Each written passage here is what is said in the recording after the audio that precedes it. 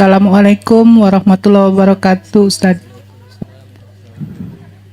Apaan mau nanya, Ustadz, kalau batas salat qashar untuk safar itu berapa hari, Ustadz? Kalau ini kan anak-anak kan di Jawa nih, kalau pulang liburan, nah dia qasharnya sampai berapa hari, Ustadz? Fikih qashar ini banyak sekali perbedaan dari masing-masing madhab.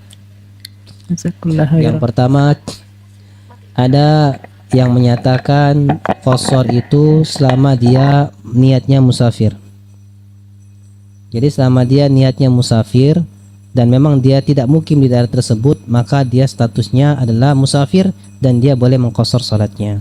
Contoh orang penduduk Palembang, KTP-nya Palembang, kemudian dia ada kerjaan di Jakarta atau kerjaan di tempat-tempat safar jauh lainnya, dan selama Jakarta 2 minggu, 3 minggu, 4 minggu, setahun dia kerja, dia memang niatnya musafir, maka dia musafir.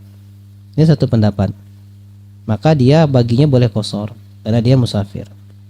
Pendapat yang kedua menyatakan bahwasanya waktu safar itu adalah apabila dia telah menetap di suatu tempat lebih dari 3 hari, maka dia dihukumi mukim.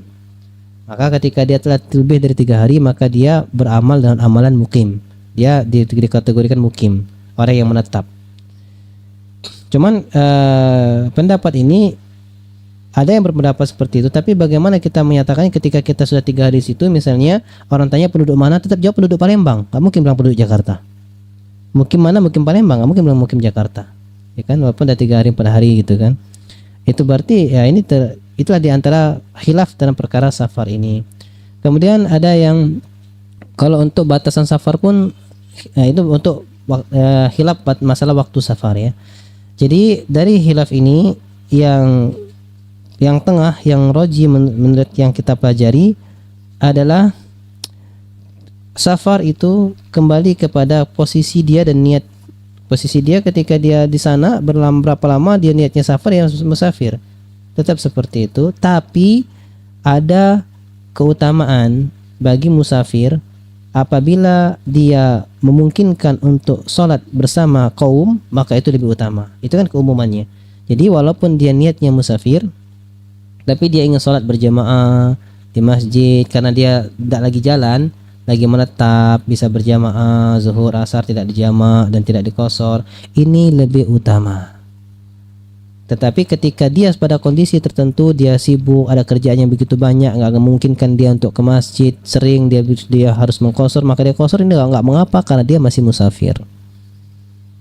Nah, jadi untuk perkara safar ini perkaranya luas. Insyirahus sadri fi masail khilafiyah, masing-masing menghormati dan menghargai apa yang dia yakini dari ilmunya, karena itu adalah keringanan yang Allah berikan bagi orang yang musafir. Jangan kita bilang dia kan di rumah tinggal 3 hari aja, ya mungkin dia tinggal dia di situ 4 hari seminggu, tapi ketika dia tinggal duduk di rumah, kerjanya banyak sampai begadang, akhirnya nggak memungkinkan dia untuk sering ke masjid, butuh istirahat, dan dia jamak sholatnya dan semacamnya, kan kita nggak tahu. Oke, masing-masing tahu keadaannya masing-masing. Dan jangan cari yang ringan-ringan, upayakan untuk bisa bersama kaum karena itu yang lebih utama jika memungkinkan. Ini terhadap perkara safar. Wallahu ta'ala a'lam.